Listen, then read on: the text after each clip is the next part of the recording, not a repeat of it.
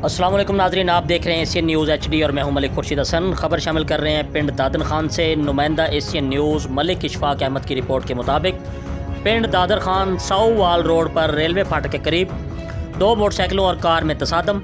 हादसा के नतीजे में 18 साल नौजवान खावर बल्द खालिद सकना सोडी गुजर मौका पर जाँ बाक हो गया, जबकि दो अफराद जीशान और तनवीर शदीद ज़ख्मी हुए। हादसा तेज़ रफ्तारी के बायस पेश आया।